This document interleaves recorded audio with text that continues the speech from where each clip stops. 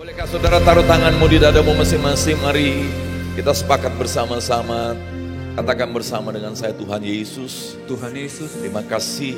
terima kasih. Saya bersyukur Saya bersyukur Engkau nyata Engkau nyata mengasihi saya. mengasihi saya. Saya berharga di mata Tuhan. Saya berharga di mata Tuhan Tuhan. Yesus, Tuhan Yesus, Engkau sudah memberikan Engkau sudah memberikan hidupmu hidup menghidupi saya. menghidupi saya. Sebab itu saya membuka hati saya. saya membuka hati saya. Saya mau menerima terus Saya mau menerima terus kehidupanmu kehidupanmu mengisi saya, mengisi saya, memenuhi saya, memenuhi saya, bekerja di dalam saya, bekerja di dalam menghidupi saya, menghidupi memancar dalam hidup saya, memancar dalam hidup sehingga saya, hidup saya, sehingga hidup saya, hati saya hati saya diubahkan. diubahkan.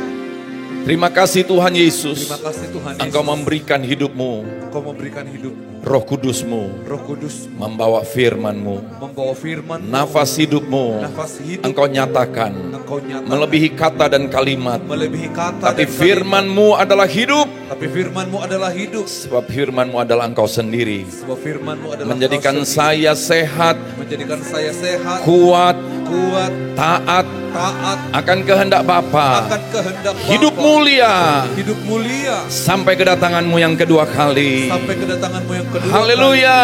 Haleluya. Amin. Amin. Puji Tuhan. Merdeka. Merdeka. Semua sudah merdeka nggak nih? Saudara, biarlah kita juga merdeka di rumah Tuhan. Merdeka untuk memuji, menyembah Tuhan. Haleluya. Ya, merdeka untuk tepuk tangan, merdeka untuk bilang amin, merdeka untuk senyum. Ada yang senyumnya berat gara-gara belum merdeka, saudara. Kenapa? Mikirin masalah terus. Itu nggak merdeka. Mikirin pekerjaan terus, ya. Tapi hari ini, saudara, di mana ada Roh Allah, di situ ada kemerdekaan. Amin. Terima Roh Kudus, memberi engkau kemerdekaan. Diberkatilah orang yang mengandalkan Tuhan dan menaruh harapannya pada Tuhan. Amin. Sehingga kita nggak terikat oleh keadaan, oleh persoalan, oleh perasaan, oleh apa yang buruk yang orang buat. Tapi di dalam hati kita ada sukacita berlimpah-limpah. Haleluya. Sekali lagi, shalom. Puji Tuhan. Nah, Bapak Ibu Saudara, Tuhan yang terus boleh menuntun kehidupan kita, dan saya merindukan sebagai seorang hamba Tuhan, kehidupan saya tidak berjalan di padang gurun, tapi saudara, kita hidup di tanah perjanjian, tanah di mana janji Tuhan itu terjadi dalam hidup kita. Dan apa janji Tuhan, saudara? Tuhan berjanji menghidupi kita. Itulah kehidupan yang berlimpah. Berapa saudara mau terima kehidupan yang berlimpah? Nah, orang merdeka gampang angkat tangan. Haleluya. Tapi kalau orang terikat mau angkat tangannya, saudara. Gitu. Nah, saudara yang kasih Tuhan Yesus, jadi janji Tuhan yang terbesar bukanlah soal yang lain-lainnya, saudara, tapi soal Dia memberi hidupnya, bukan hanya mati di atas kayu salib, tapi menghidupi kita. Bayangkan kehidupan Tuhan Maha Kasih, Maha Kuasa, pencipta langit dan bumi dan segala isinya ini diberikan kepada kita yang mau percaya dan menerimanya. Wow, saya nggak tahu saudara kira-kira ya menarik nggak ini? Tertarik nggak ini? Kalau nggak apa-apa. Tuhan bilang, aku tetap kasih hidupku sama kamu. Tapi hari ini saudara, orang yang tertarik, maka akan makin mudah mengalaminya dan terjadi dalam hidupnya. Haleluya. Nah saudara, bulan lalu saya menyampaikan bagaimana ya kuasa dalam pengurapan. Dan sebagai seorang hamba Tuhan, gembala gereja, tentu saya tidak hanya menyampaikan firman, tapi berdoa mencari wajah Tuhan, apa yang menjadi tuntunan Tuhan bagi jemaat Tuhan, bagi umat Tuhan. Tuhan mau membawa kita untuk mengenal yang namanya pengurapan akhir zaman. Bagaimana kita menghadapi situasi akhir zaman ini dan kita boleh tampil sebagai pemenang. Haleluya. Saudara, bulan lalu salah satu ayat yang dibahas adalah apa yang ada di dalam Wahyu pasal yang kelima. Ketika di awal bulan Juli saya menyampaikan firman ini. Bagaimana seorang yang kehidupannya oleh karena dia memberitakan kebenaran, memberitakan Injil, hidup di dalam agenda Tuhan, maka dunia makin menolak. Sehingga dia bukan hanya ditangkap, dianiaya, tapi dia juga sampai digoreng, saudara, dipanggang. Dan Tuhan melindungi dia, sehingga dia tetap hidup. Dan sesudah itu dia dibuang di pulau Patmos, Rasul Yohanes. Saudara, di tengah penderitaan ini dia tidak menangis untuk penderitaannya. Dia tidak menangis untuk meminta bagaimana dia dilepaskan dari penderitaan itu. Tapi apa yang dia tangisi, saudara? Wahyu pasal yang kelima ayat yang keempat menceritakan dia menangis amat sedihnya. Kenapa? Karena dia melihat ada kitab ya di surga, dan kitab itu tidak ada seorang pun yang layak untuk membuka gulungan kitab itu dan melihat isinya. Saudara yang kasih Tuhan Yesus, ini tangisan yang sangat mahal, sangat berharga, sangat penting. Kenapa? Tangisan ini menolong miliaran orang. Tangisan ini mempersiapkan miliaran orang. Hari ini kita tahu itu, dulu dia nggak tahu. Tapi kalau hari ini Yohanes, Rasul Yohanes hadir di sini, dia nggak nyangka, saudara, bahwa ketika dia menangis meminta bisa melihat isi gulungan kitab itu, dan setelah dibukakan oleh Tuhan lalu dia tuliskan itu, itulah yang kemudian menjadi isi daripada kitab Wahyu. Dan saudara tahu, ribuan tahun lalu dia menuliskannya. Sampai hari ini begitu dahsyat, saudara. Tidak ada kitab di muka bumi ini yang sudah menceritakan bukan hanya hari lalu, bukan hanya hari ini, tapi hari yang akan datang. Haleluya. Saudara, Tuhan adalah Tuhan yang tidak membiarkan umatnya berjalan sendirian. Dia bukan hanya mau memberitahukan kita apa yang akan terjadi. Dia bukan hanya mau mempersiapkan kita untuk apa yang akan terjadi. Tapi dia mau berjalan bersama dengan kita. Nah, saudara, bulan lalu saya sampaikan tentang ayat ini. Dan saya kaget, saudara, ketika Tuhan kemudian menaruh kepada saya, bulan Agustus engkau lanjutkan untuk membuka apa isi kitab itu. Saudara, saya bukan seorang hamba Tuhan yang sering berkhotbah tentang akhir zaman. Tapi ketika Tuhan suruh saya untuk sampaikan sesuatu, maka saya mesti taat apa yang Tuhan taruh. Mari kita melihat, saudara, di dalam Wahyu pasal yang ke-6.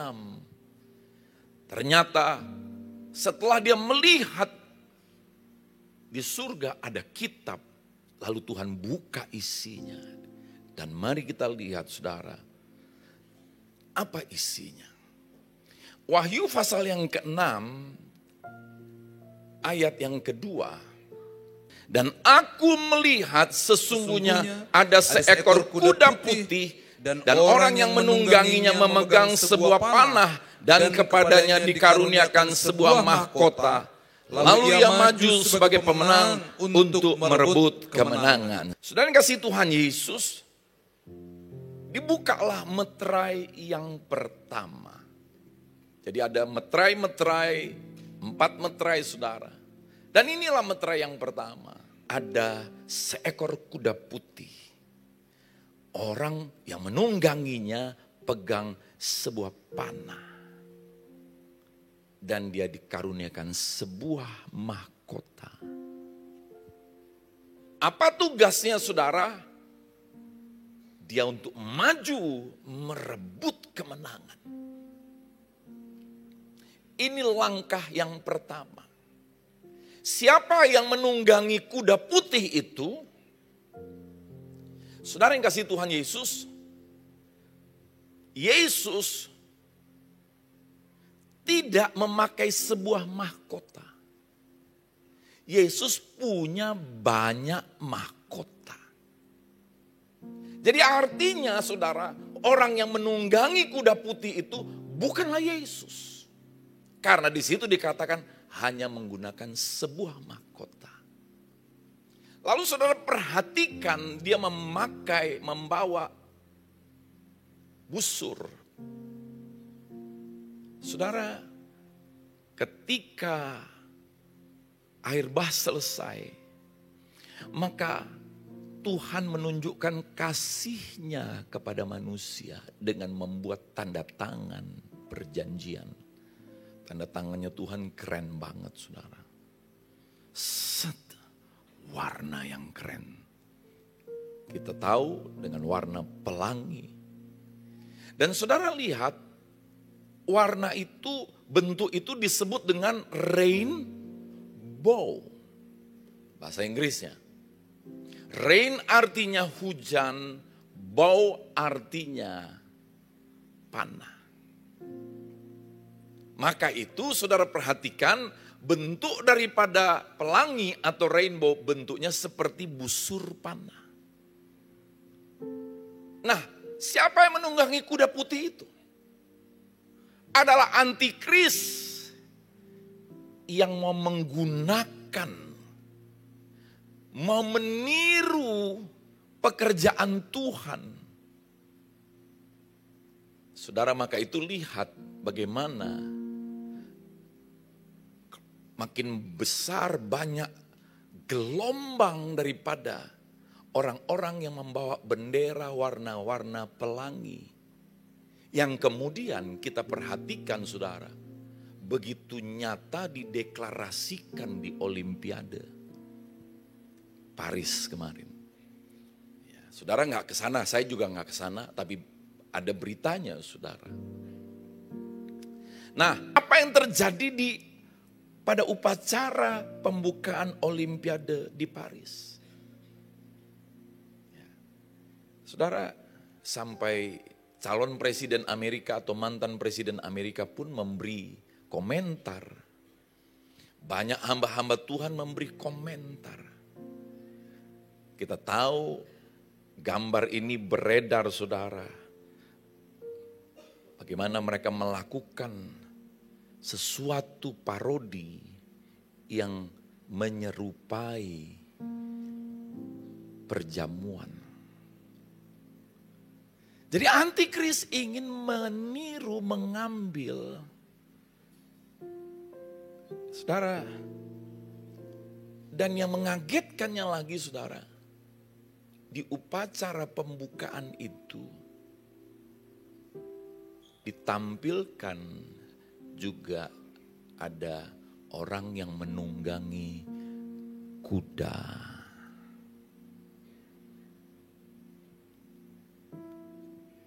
Apakah mereka tahu kitab Wahyu? Bisa iya, bisa tidak.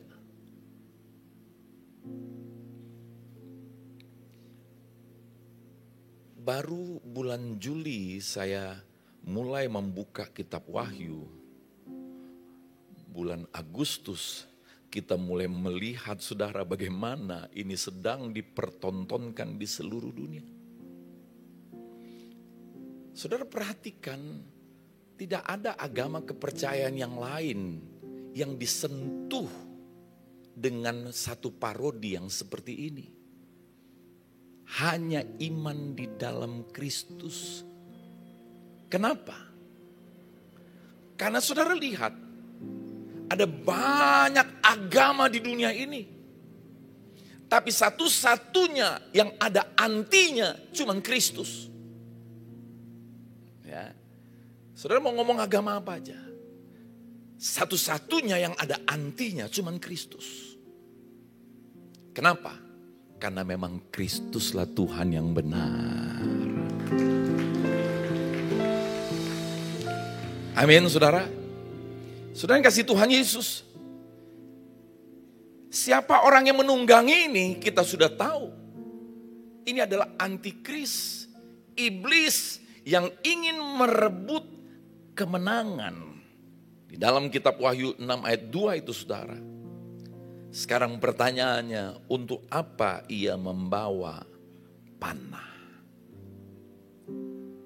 Efesus 6 menceritakan tentang ada yang namanya panah api si jahat. Untuk kita bisa menang menghadapi panah api si jahat ini, kita harus menggunakan ketopong keselamatan. Ketopong ditaruh di kepala. Saudara, artinya apa? Iblis mau merebut kemenangan dengan cara menyerang pikiran. Mari saudara yang kasih Tuhan Yesus, hari ini ketahuilah betapa pentingnya medan pikiran. Itulah medan pertempuran yang sesungguhnya di pikiran kita. Dan kita lihat sekarang begitu nyata. Bagaimana iblis menyerang medan pikiran ini. Berbeda dengan zaman-zaman yang dulu saudara. Sekarang bagaimana iblis menyerang pikiran manusia.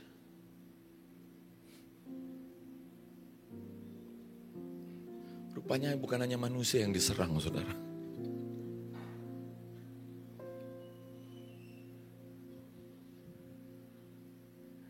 Saudara, menurut ilmu pengetahuan, otak manusia ada dua. Yang pertama, di sini. Nggak ada yang amin nih. Ada yang di mana? Di sini ya? Yang kedua, di sini. Saudara tahu sakit lambung itu lebih dari 50% orang sakit lambung dikarenakan pikiran. Maka kena di sini. Tapi apa kata firman Tuhan tentang pikiran? Mari saudara lihat di dalam Yohanes 7 ayat 38. Barang siapa percaya kepadaku seperti yang dikatakan oleh kitab suci, dari dalam hatinya akan mengalir aliran-aliran air hidup. Dari mana mengalir aliran air hidup? Dari dalam hati. Dari dalam hati. Itu Alkitab bahasa Indonesia. Kalau kita lihat terjemahan dalam bahasa Inggris lebih jelas saudara. Yang di mana yang dimaksud mengalirkan aliran air hidup, dan kenyataannya memang benar. Bagaimana ibu-ibu kalau mengandung kemudian air ketuban bisa keluar dari mana saudara? Nah, perhatikan dalam bahasa Inggrisnya. He that believe on me, as the scripture had said, out of his belly. Dari mana? Dari dalam perut. Belly, perut. Dari perut ini mengalir aliran air hidup, betul. Buktinya ada bayi bisa hidup saudara 9 bulan. Dan saudara perhatikan, iblis menyerang pikiran, menyerang perut.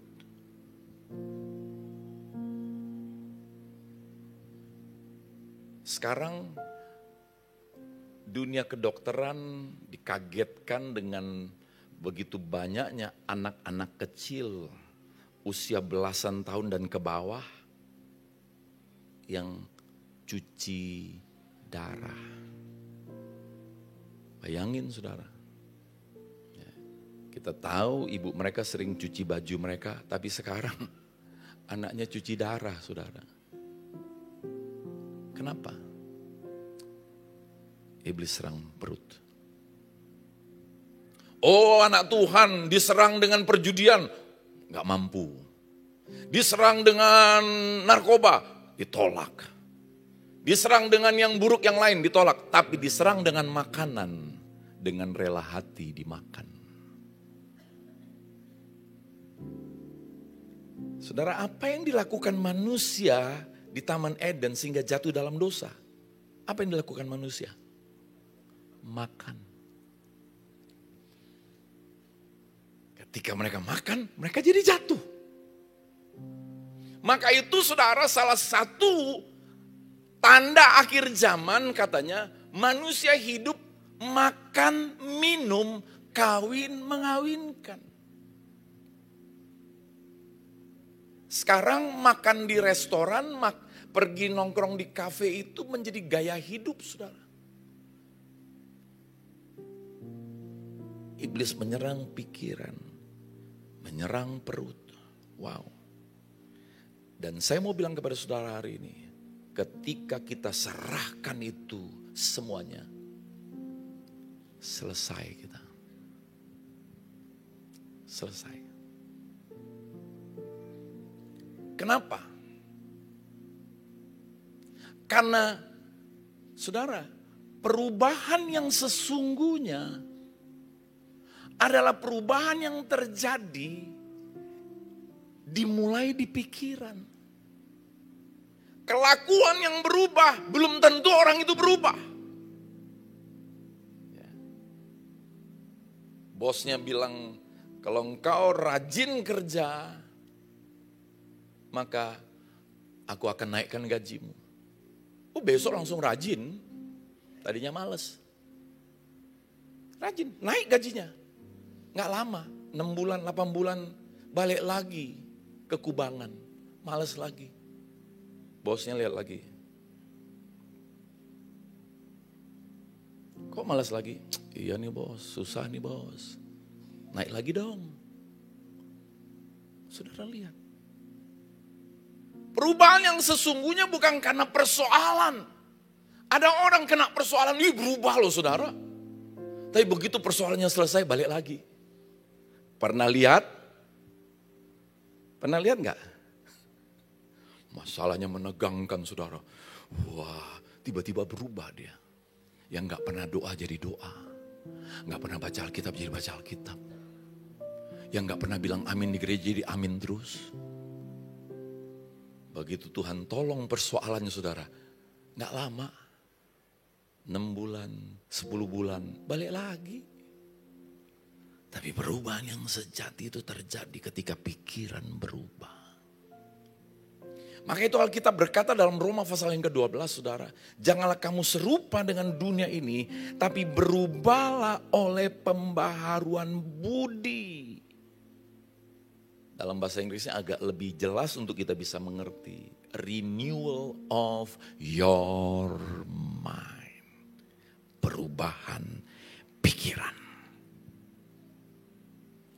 Saudara, apa yang saya ceritakan tentang apa yang terjadi di Olimpiade, saya tahu Tuhan mengasihi semua jiwa-jiwa yang melakukan parodi itu, semua jiwa-jiwa yang sedang ikut bertanding di Olimpiade itu. Tapi saya mesti kasih tahu fakta yang sesungguhnya tentang Olimpiade. Ini dia saudara. Apa tujuan Olimpiade? Tujuan Olimpiade adalah sebuah festival keagamaan untuk memuja dewa paling berkuasa dari semua dewa Yunani. Zeus namanya. Dari gunung Olimpia. Dan juga memuja dewa-dewa lain.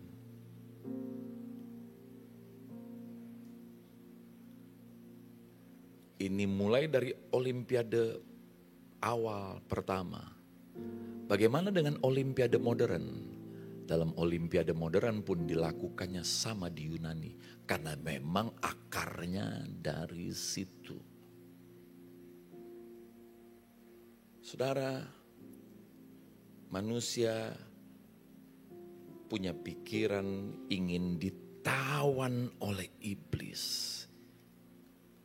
Sehingga apa yang terjadi? Nah, kalau saudara melihat ya, apa yang terjadi sekarang saudara dengan kita ada di dalam teknologi. Teknologi bisa digunakan untuk yang baik. Tapi kecenderungan untuk dilakukan yang buruk itu jauh lebih besar.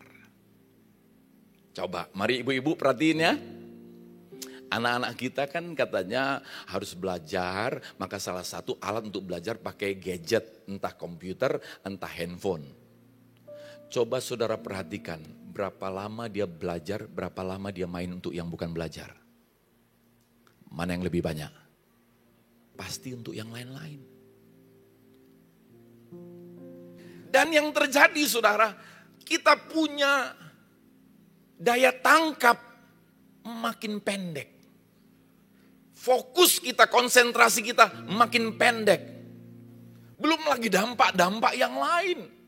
Orang-orang yang kena gemol, game online, judol, judi online, hutang online.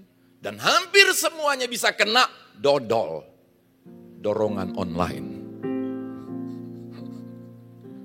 Coba, ya, saudara pegang handphone kan lagi duduk nih ngobrol sama teman. Nggak ada juga WA masuk, tapi entah kenapa lihat WA, betul nggak?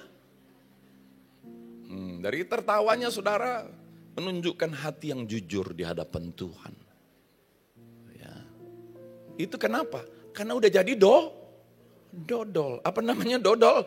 Dorongan online. Nah, mari saudara, kita mesti mengerti apa yang sedang terjadi. Itu meterai pertama. Ketika kita berikan pikiran kita diserang, dan kita dengan mudah serahkan aja. Terus saja saudara. Kita ini semua sehat jarinya. Karena jari yang begini terus. Tapi badan ini mager. Otak ini apa? Mamik. Tahu mamik? Malas mikir.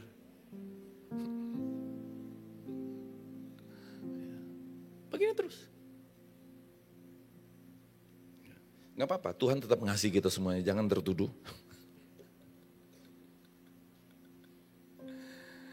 Aku gak kebayang kira-kira 5 tahun, 10 tahun lagi saudara. Dulu kalau kita ketemu anak kita, halo Pak, sekarang dia duk. Dia gak lihat kita loh saudara. Belum lama ini kami melayani orang yang dari jam 10 pagi sampai jam hampir 11 malam. Di sini.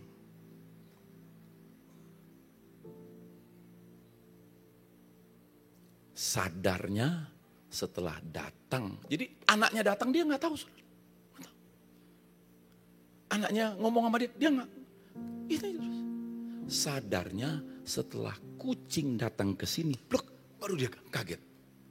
Dan saudara tahu, dia kehilangan uang 300 jutaan.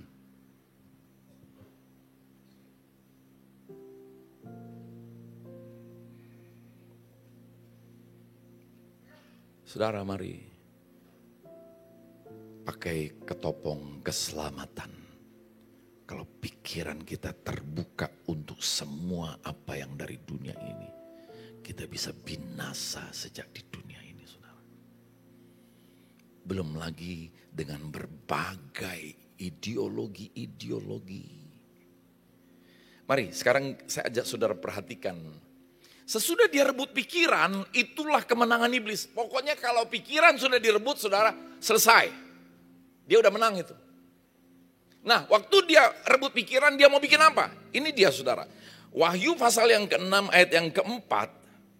Ada kuda yang lain, yaitu kuda merah padam. Orang yang menungganginya dikaruniakan kuasa mengambil damai sejahtera dari atas bumi. Makanya saudara lihat, apakah kehidupan manusia makin damai sejahtera? Saya mencoba memikirkan kehidupan Daud zaman dulu. Nggak ada mall, nggak ada kafe, nggak ada Netflix, nggak ada televisi, nggak ada gadget, nggak ada mobil, nggak ada motor.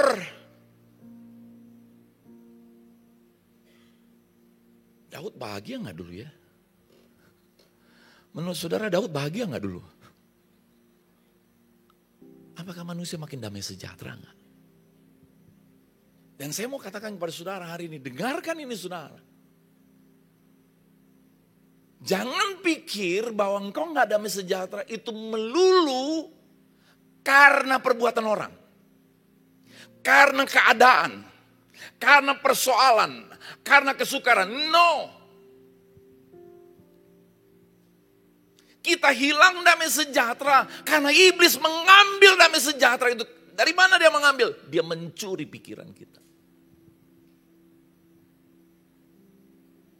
Dia mencuri pikiran kita. Lalu saudara perhatikan meterai yang ketiga saudara. Ya. Ada seorang yang menunggangi kuda hitam. Dia memegang sebuah timbangan di tangannya. Ini berbicara tentang apa? Manusia diberikan terus untuk mengejar keadilan dan hak asasi manusia. Saudara, keadilan itu apa? Ini keadilan. Saudara mau cari keadilan? Gigi ganti gigi, mata ganti mata. Kalau Tuhan mau adil, tak seorang pun kita yang selamat. Selamat bukan hanya nanti saudara. Sejak di bumi ini udah binasa. Kenapa? Karena ketika kita hidup di bumi ini tanpa pengampunan. Tahukah saudara apa yang terjadi? Ilmu pengetahuan menunjukkan seorang yang hidupnya tanpa pengampunan alias penuh kebencian itu mudah terserang penyakit. Bahkan kanker. Ya. Dan kita semua manusia saudara, kita lebih mudah mengingat yang buruk dari orang lain daripada yang baik. Yang masih manusia katakan amin. Ya ini kenyataan saudara. Makanya ada si maling kundang. Bayangin mamanya sudah mau mati melahirkan dia. Tapi masih dikhianati mamanya.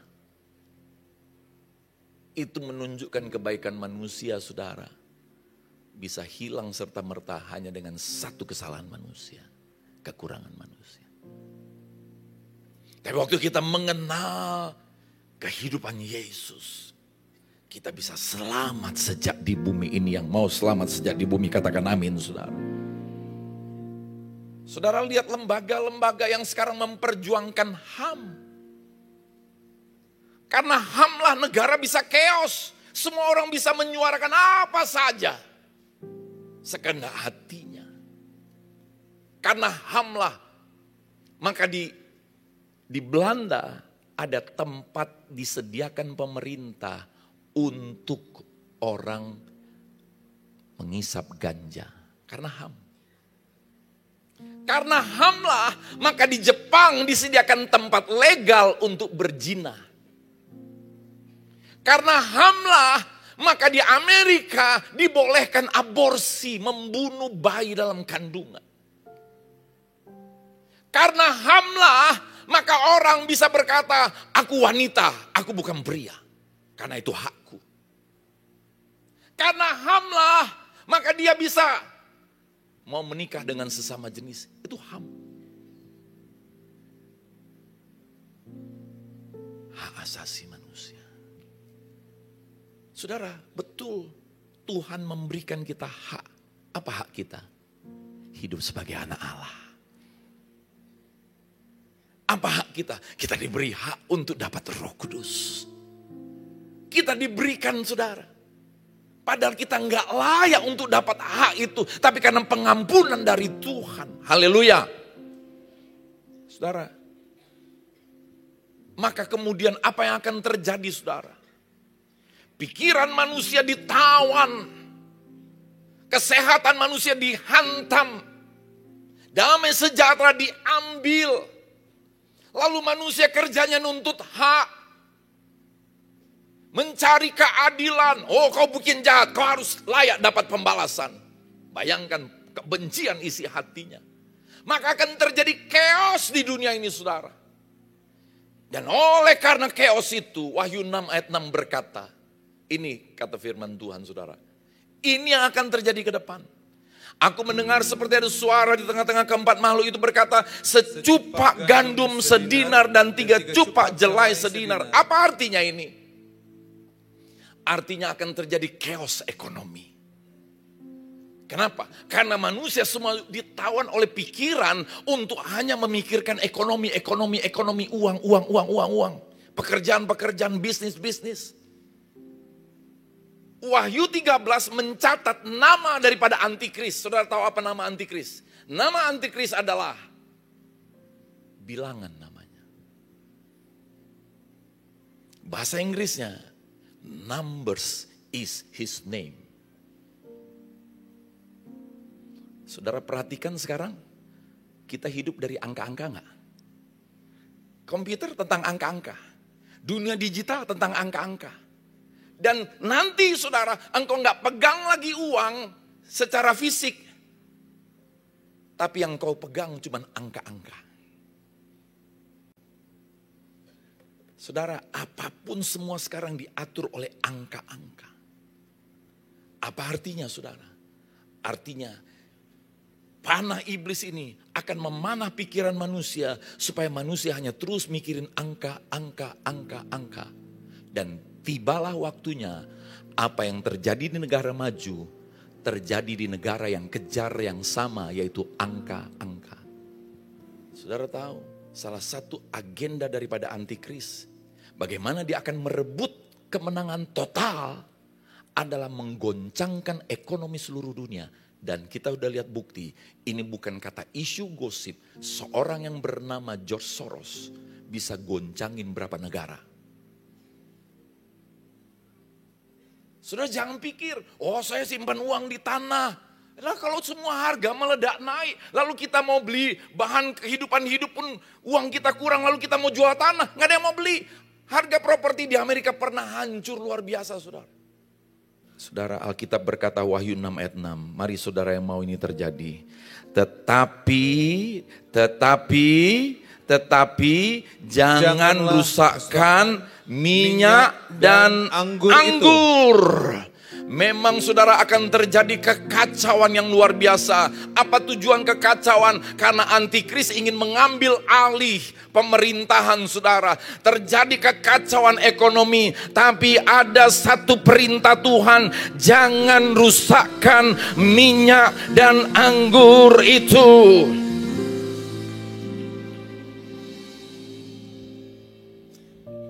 Ini bagian kita. Kita bukan hanya punya ketopong keselamatan, tapi kita ada memiliki minyak. Minyak berbicara pelita yang menyala seperti wanita yang bijaksana. Apa pelita yang menyala? Roh yang berkobar dalam diri kita, itu Roh Kudus. Minyak berbicara tentang pikiran Kristus. Pengurapan itu pikiran Kristus. Pengurapan itu saudara, bahasa Ibraninya adalah artinya digosok. Pikiran kita digosok untuk mengalami pertobatan. Perubahan pola pikir dari pikiran manusia dan pikiran dunia kepada pikiran Kristus. Minyak artinya adalah pengurapan. Apa itu? Diberi penugasan untuk amanat agung. Minyak artinya diberi otoritas yang berada di bawah otoritas.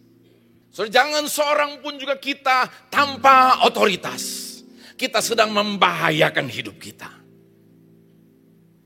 Itulah orang yang diurapi. Bukan soal hanya ambil minyak, ambil satu baskom ini gak ada guna. Tapi artinya terima pikiran Kristus, digosok untuk mengalami metanoia pertobatan. Kita diberi otoritas untuk amanat agung, dan kita diberi otoritas di bawah otoritas. Jangan rusakkan minyak. Tuhan gak izinkan pengurapan dirusakkan. Ini buktinya saudara. Saudara lihat, dari sejak zaman rasul-rasul 11 orang plus Paulus jadi 12. Itu kekristenan sudah dianiaya, dibunuh. Sampai saat ini kekristenan tetap ada. Tidak ada yang dapat merusakkan minyak dan anggur itu. Saudara, anggur berbicara, darah Kristus yang tercurah di atas kayu salib untuk menebus sehingga kita menjadi milik Yesus. Ketika engkau milik Yesus, wow, engkau berada di dalam bukan hanya perlindungan, tapi engkau berada di dalam jaminan Tuhan yang mau. Katakan amin saudara. Darah Kristus, anggur berbicara, darah Kristus yang menguduskan supaya kita dilayakkan terima Roh Kudus dan untuk hidup oleh Roh Kudus. Inilah orang yang memiliki anggur itu saudara. Dia hidup oleh Roh Kudus. Dia tahu betapa mahal harganya untuk dia boleh dilayakkan terima Roh Kudus. Dia nggak mau berkutat hidup oleh pikiran, perasaan, kehendak dirinya, ambisi dirinya, apalagi pikiran, perasaan, kehendak dunia. Tapi dia mau hidup oleh Roh Kudus. Haleluya. Anggur maksudnya adalah darah Kristus yang menebus untuk menjadikan semua orang percaya menjadi keluarga Kristus melalui gereja dan keluarga rohani. Orang yang terima anggur, dia mau menerima fellowship, dia mau menerima persekutuan dengan keluarga rohani. Dia enggak orang yang berjalan berdiri sendiri, saudara. Anggur maksudnya adalah Yesus adalah pokok anggur itu, dan kitalah ranting-rantingnya sehingga kita berbuah. Orang yang memiliki anggur itu saudara, hidup oleh Roh Kudus ini, maka dia akan berbuah roh. Haleluya. Keindahan hidup kita bukan dari pakaian, bukan dari emas perak, tapi ketika kita berbuah roh, disitulah keindahan hidup kita akan nyata, tampak saudara. Tuhan memberikannya kepada kita. Yesus adalah pokok anggur dan kita adalah rantingnya sehingga kita berbuah roh. Dan saudara, anggur berbicara apa? Ladang Tuhan.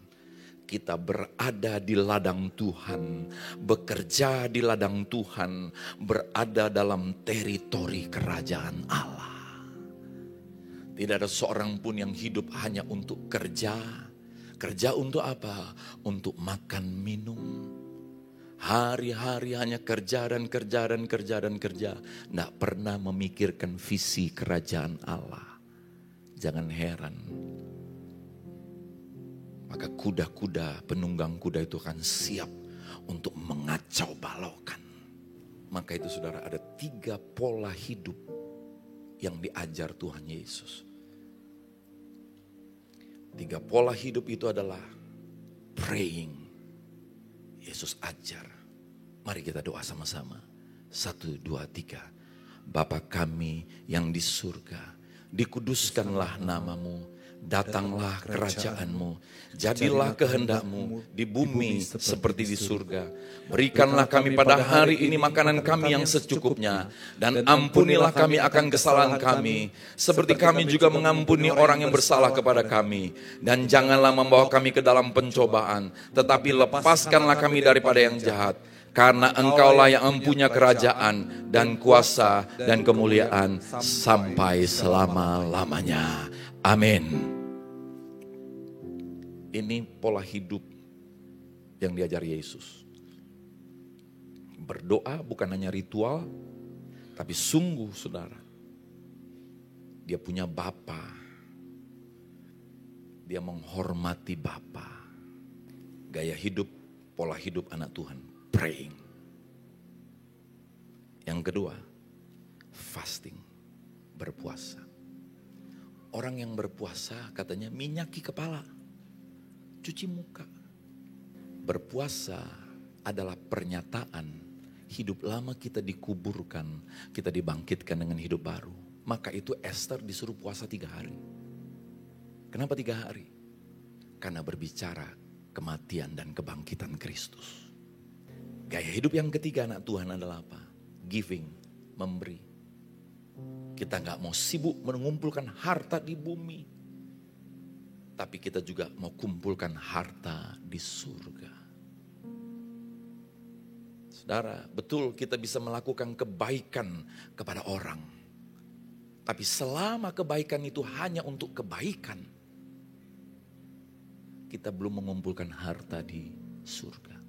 Tapi ketika kebaikan itu ditujukan supaya orang melihat Yesus, supaya orang mengenal Yesus, supaya orang mencari Yesus, engkau mulai mengumpulkan harta di surga.